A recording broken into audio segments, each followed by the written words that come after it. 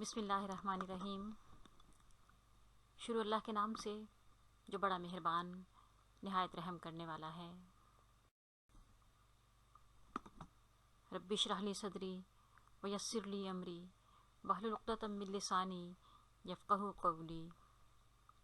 پروردگار میرا سینہ کھول دے اور میرے کام کو میرے لیے آسان کر دے اور میری زبان کے گرہ سلجھا دے تاکہ لوگ میری بات سمجھ سکیں۔ آمین ثم آمین۔ السلام علیکم ورحمۃ اللہ وبرکاتہ۔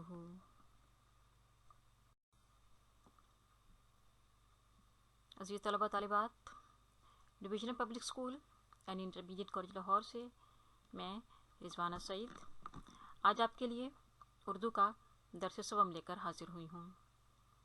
ہمارا یہ درس جماعت ششم کے طلبہ و طالبات کی رہنمائی کے لیے ترتیب دیا گیا ہے۔ آج ہم اس میں اردو بے کے نصاب سے دو اہم کام، ایک کہانی اور ایک خط کی تکمیل کریں گے۔ سب سے پہلے ہم ایک کہانی پڑھیں گے جس کا اخلاقی سبق ہے احسان کا بدلہ احسان۔ دوسرے حصے میں چچا جان کے نام ایک خط لکھا جائے گا جس میں تحفے کا شکریہ ادا کرنا ہے۔ تو چلیے بلا تاخیر اپنے کام کی طرف بڑھتے ہیں۔ پیارے بچوں، کہانی پڑھنے سے پہلے آپ کو کہانی لکھنے کے بارے میں چند بنیادی باتیں دوبارہ یاد دلوا دیتی ہوں۔ کہانی کسی گزرے ہوئے واقعے کا دلچسپ بیان ہوتی ہے۔ اس میں واقعات کی ایک خاص ترتیب ہوتی ہے۔ کہانی لکھتے ہوئے کوشش کیجیے کہ چھوٹے چھوٹے اور سادہ جملے بنائیں۔ کوئی بھی نامانوس الفاظ، تراکیب یا محاورات آپ استعمال نہ کریں جن کا مفہوم آپ پوری طرح نہ جانتے ہوں یا آپ ان کے استعمال سے پوری طرح واقف نہ ہوں۔ کہانی چونکہ گزرے ہوئے واقعے کا بیان ہوتی ہے، اس لیے ہمیشہ فعل ماضی یعنی پاسٹ ٹینس میں لکھی جاتی ہے۔ کہانی کا ایک خاص ربط ہوتا ہے۔ ابتدائی حصہ اور پھر انجام تک پہنچتے پہنچتے کہانی سے کوئی نہ کوئی خاص نتیجہ ضرور اخذ کیا جاتا ہے۔ امتحانی نقطہ نظر سے اس اخلاقی نتیجے کو نمایاں کر کے لکھا جانا ضروری ہے تاکہ اس کے آپ کو الگ سے نمبر عطا کیے جا سکیں۔ کہانی لکھتے ہوئے خیال رکھیے کہ عبارت مربوط ہو۔ کسی بھی قسم کی بے ربط عبارت آپ کی تحریر کو بے تاثر کر دیتی ہے۔ اب ہم آج کی کہانی پڑھیں گے احسان کا بدلہ احسان۔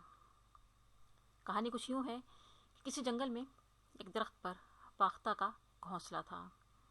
اس درخت کی جڑ میں ایک چیونٹی کا بل تھا۔ دونوں میں گہری دوستی تھی۔ ایک دن چیونٹی دریا پر پانی پینے گئی تو اس کا پیر پھسلا اور وہ پانی میں جا گری۔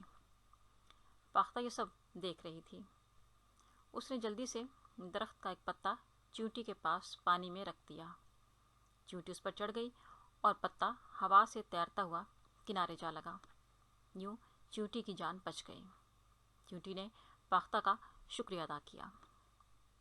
کچھ دن بعد ایک شکاری جنگل میں آیا۔ اس نے فاختہ کا نشانہ لیا۔ فاختہ بے خبر ایک شاخ پر بیٹھی تھی۔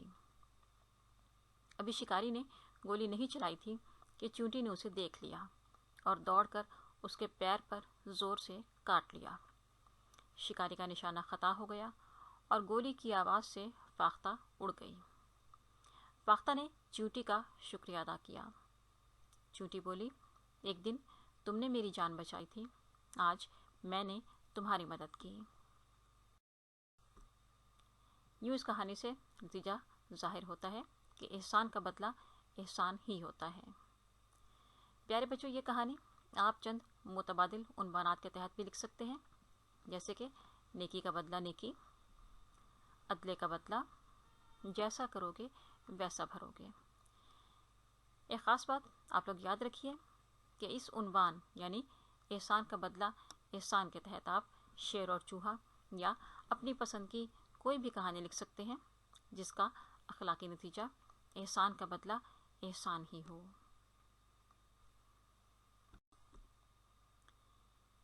یہ ہے ہمارے آج کے درس کا دوسرا حصہ، یعنی چچا کے نام خط۔ خط پڑھتے ہوئے چند بنیادی باتیں آپ کو ذہن نشین کر لینی چاہیے۔ خط لکھتے ہوئے صفحے کے انتہائی دائیں کونے پر سب سے اوپری سطر پر آپ مقام روانگی لکھتے ہیں، یعنی جس علاقے، جس شہر سے وہ خط لکھا جا رہا ہو۔ لیکن امتحانی نقطہ نظر سے ہم اپنے بچوں کو ہدایت کرتے ہیں کہ یہاں صرف از کمرہ امتحان ہی لکھا جائے۔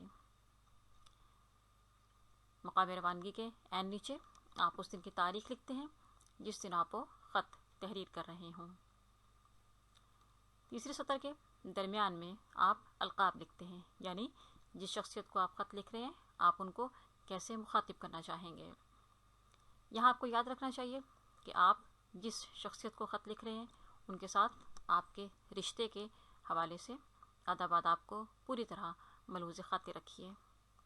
کسی بزرگ کو خط لکھتے ہوئے آپ کا لہجہ نہایت مؤدبانہ ہونا چاہیے۔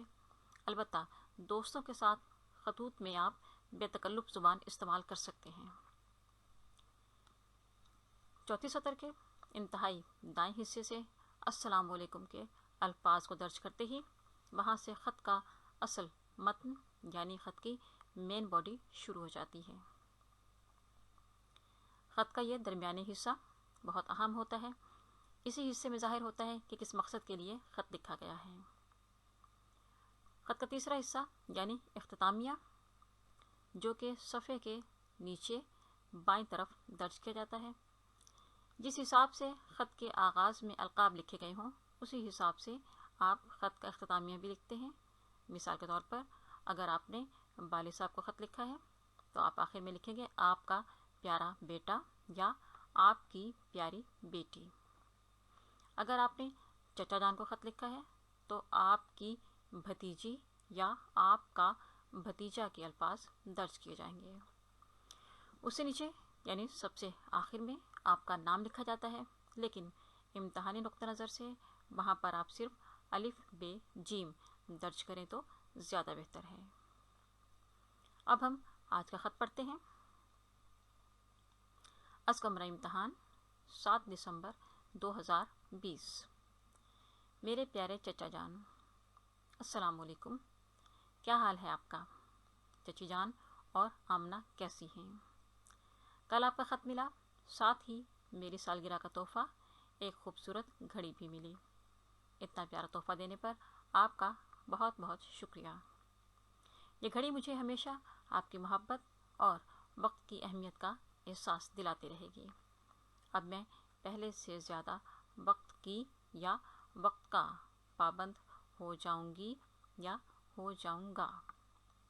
یہ گھڑی امتحانات کے دوران بھی میرے لیے بہت مددگار ثابت ہوگی۔ ایک بار پھر آپ کا شکریہ۔ آمنہ تو اب کافی بڑی اور خوب شرارتی ہو گئی ہوگی، ہم سب اسے بہت یاد کرتے ہیں۔ آپ کچھ دن کے لیے چچی جان اور آمنہ کو لے کر ہمارے پاس آئیں، بہت اچھا رہے گا۔ ہم سب کی طرف سے آپ کو اور چچی جان کو سلام، آمنہ کو خوب خوب پیار۔ آپ کی منتظر یا آپ کا منتظر، آپ کی بھتیجی یا آپ کا بھتیجا۔ اس کے نیچے آپ اپنا نام درج کریں گے یا پھر صرف الف ب جیم۔ پیارے بچوں، یہ خط محض ایک نمونے کے طور پر پیش کیا گیا ہے۔ آپ چاہیں تو اپنی مرضی سے خط میں رد و بدل بھی کر سکتے ہیں، یا آپ اپنی کتاب میں شامل کوئی بھی اور آسان خط امتحانی نقطہ نظر سے تیار کر سکتے ہیں۔